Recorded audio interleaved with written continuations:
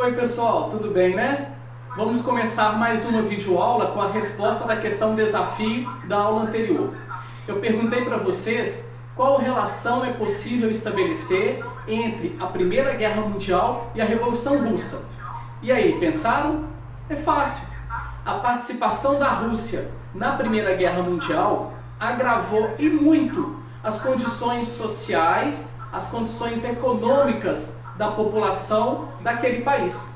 Isso fez com que, quando os mencheviques, no início de 1917, com a primeira Revolução Russa, derrubaram o czarismo, mas não tiraram a Rússia da Primeira Guerra Mundial, isso fez com que eles perdessem o poder, perdessem condições de governar na Rússia.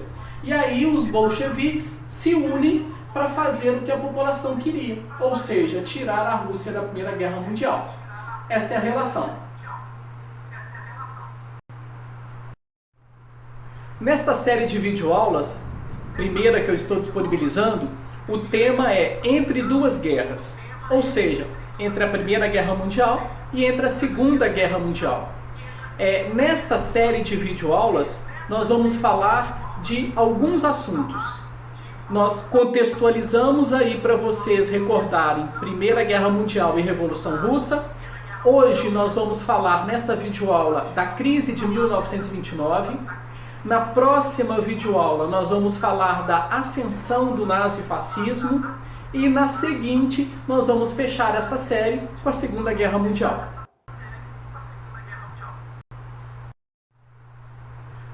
Bom, vocês lembram aí que terminada a Primeira Guerra Mundial, a ascensão econômica dos Estados Unidos foi muito grande.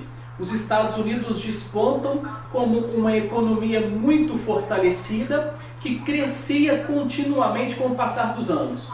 Esse período da economia norte-americana durante os anos de 1920 é chamado de American Way of Life, ou seja, mais ou menos o jeito de vida, o caminho de vida, o modo de vida dos norte-americanos, marcado pelo otimismo, pelo consumismo, mas principalmente baseado em exportações para os países europeus que, arruinados pela Primeira Guerra Mundial, tiveram sua economia devastada e dependiam da compra de produtos norte-americanos. E essa economia norte-americana dos anos de 1920 chega um momento que fica à beira do precipício. Por quê? Bom, vamos pensar. A economia norte-americana e o governo norte-americano baseavam-se num princípio econômico chamado liberalismo, ou seja, mínima interferência do Estado no setor econômico, o setor privado andando com as suas próprias pernas. Lembram disso lá do iluminismo do segundo ano com Adam Smith? Pois é, no início do século XX isso era uma tônica da economia norte-americana.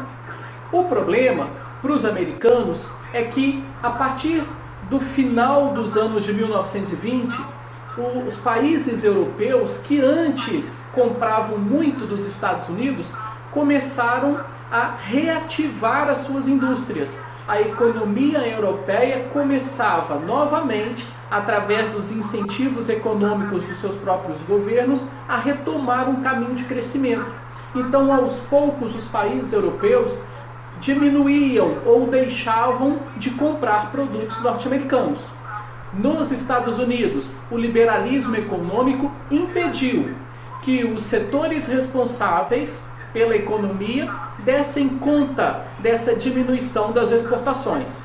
É o que leva a uma falência generalizada de empresas lá nos Estados Unidos e o que leva ao chamado crash ou crack da Bolsa de Valores de Nova York, em outubro de 1929, quando a Bolsa de Valores quebra porque não tinha mais ações para negociar, uma vez que ninguém comprava e as empresas estavam falindo.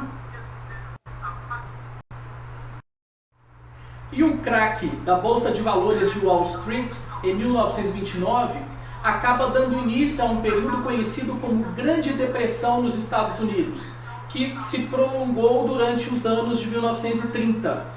O que é uma depressão econômica? Muito desemprego gerado pela falência de milhares de empresas, muita recessão econômica, a população perdeu o poder aquisitivo, principalmente a população mais pobre. Então aquele American Way of Life foi substituído por uma fase de grandes problemas econômicos. E isso não foi sentido só nos Estados Unidos. Logicamente, lá para os norte-americanos, os efeitos foram muito mais devastadores. Entretanto, praticamente todo o mundo capitalista sofreu efeitos da crise de 1929. Lá nos Estados Unidos, essa crise ela começou a ter seus efeitos reduzidos a partir de um plano econômico do presidente Roosevelt, que era chamado de New Deal, ou seja, novo plano. Nesse New Deal, o Roosevelt inicia um processo de investimentos públicos em setores econômicos. Basicamente, ele fornecia recursos para empresas de construção civil construírem obras gigantescas que dessem emprego a milhares de pessoas. Isso tanto no campo quanto na cidade. E aí tem um detalhe importante. Reparem, eu falei lá no início que a economia norte-americana no pós-guerra era marcada pelo liberalismo, ou seja, pouco investimento e controle do Estado sobre a economia. Com o New Deal, isso muda de figura, né? Os Estados Unidos abandonam aquela onda liberal que antes existia e passam a investir no setor econômico. Esta proposta econômica é chamada de keynesianismo. É uma ideia de um economista chamado Keynes que basicamente continua o capitalismo, mas o Estado interfere e controla e direciona a economia. E para fechar essa videoaula sobre a crise de 1929, eu vou deixar não um desafio, mas dois. O primeiro, que comparação é possível fazer entre a crise econômica nos Estados Unidos, gerada pela quebra da Bolsa de Valores em 1929, e a crise econômica gerada pela pandemia do novo coronavírus nos Estados Unidos hoje em dia? Desafio 2. Quando eu falei que a crise de 29 gerou consequências para muitos países, eu destaquei para todos os países capitalistas. Aí vai o desafio. Havia uma região no mundo que não sofreu os efeitos da crise de 1929. Que lugar é esse e por quê? Até a próxima, gente!